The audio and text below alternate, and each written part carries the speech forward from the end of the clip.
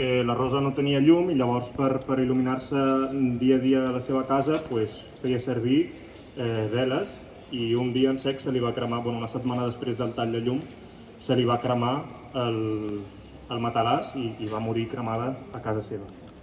Avui estem aquí per la Rosa, però estem per moltes més.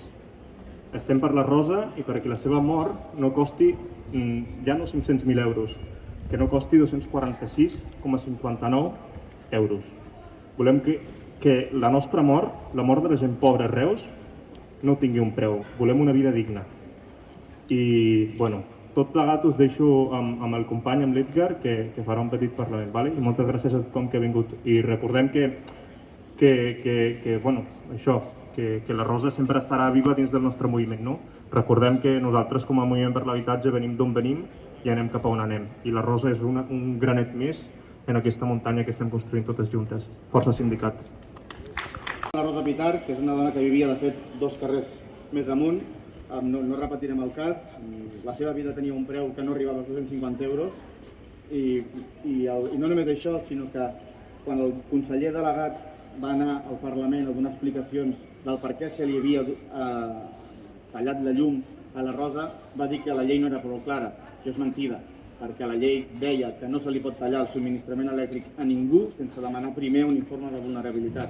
També va dir que era culpa de l'Ajuntament que no li havia enviat informe de vulnerabilitat. També és mentida, no el van enviar perquè no se'ls havia demanat. Però la Rosa era una dona habitual de serveis socials que tothom coneixia, coneixien a la família i coneixien perfectament on vivia. Per tant, hi va haver una cadena d'errors que no haurien d'haver acabat. No estem demanant només que es multi a gas natural, estem demanant que canviï les jerarquies i la piràmide d'aquesta societat. No pot ser que els beneficis de les grans empreses vagin per davant que la vida, i quan diem vida vol dir vida, perquè ara hi ha algú que ja no la té, de les persones, de la grandíssima majoria. Tot allò necessari per viure ha d'estar garantit al 100%. Casa, aliment, subministrament energètic, sanitat, educació, tot ha d'estar garantit. I avui parlem del sindicat d'habitatge, però a Reus hi ha moltes entitats que acaben parlant de l'emergència en la pobresa energètica, del padró, de l'habitatge. Reus Refugi, Unitat contra el Racisme i el Feixisme, són entitats que també denuncien el racisme que hi ha quan no es dona el padró. Per exemple, la Rosa podria ser, era una usuària de serveis socials. La gent a que se li està negant el padró per part de l'Ajuntament no pot ser usuària de serveis socials. Per tant, la problemàtica és molt més greu i és de gent invisible al cap i a la fi, que només és notícia quan passen desgràcies. Quan es fan connexions irregulars a la xarxa, i crec que hi ha 3 reflexions que s'han de fer. La primera, demana perdó, perquè se seguirà ocupant, se seguiran fent connexions a les xarxes d'electricitat, d'aigua, sempre que sigui necessari, perquè els beneficis de les grans empreses no ens ajuden, no ens importen, va primer la vida. La segona reflexió, si a la gent li molesta que s'ocupin els pisos que hi ha buits en el seu bloc, si a la gent li molesta que la gent agafi l'electricitat i l'aigua, que són a les voreres, ningú entra a casa de ningú a prendre-li la seva pròpia aigua, les connexions es fan al carrer, doncs que acabin amb el problema de l'habitatge i del subministrament energètic, i no vols que la gent ocupi, acaba amb la necessitat de l'ocupació.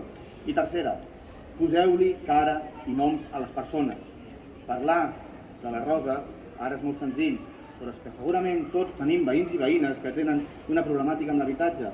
Parleu, pregunteu. Deixem de criminalitzar l'ocupació, deixem de criminalitzar la pobresa, deixem de perseguir, deixem de buscar els culpables on no són, sinó que són les víctimes, i és qui acaba pagant les conseqüències, que n'hi hagi 4, que no deixen d'enriquir-se, enriquir-se a canvi de la vida de la gent. Per tant, si la gent no vol ocupacions, si la gent no vol que hi hagi connexions a la xarxa, parleu amb les veïnes, acabem conjuntament amb el problema que hi ha. I si algú no ho vol fer, doncs demanem perdó, perquè nosaltres ho seguirem fent, perquè primer van les persones i després van els temps.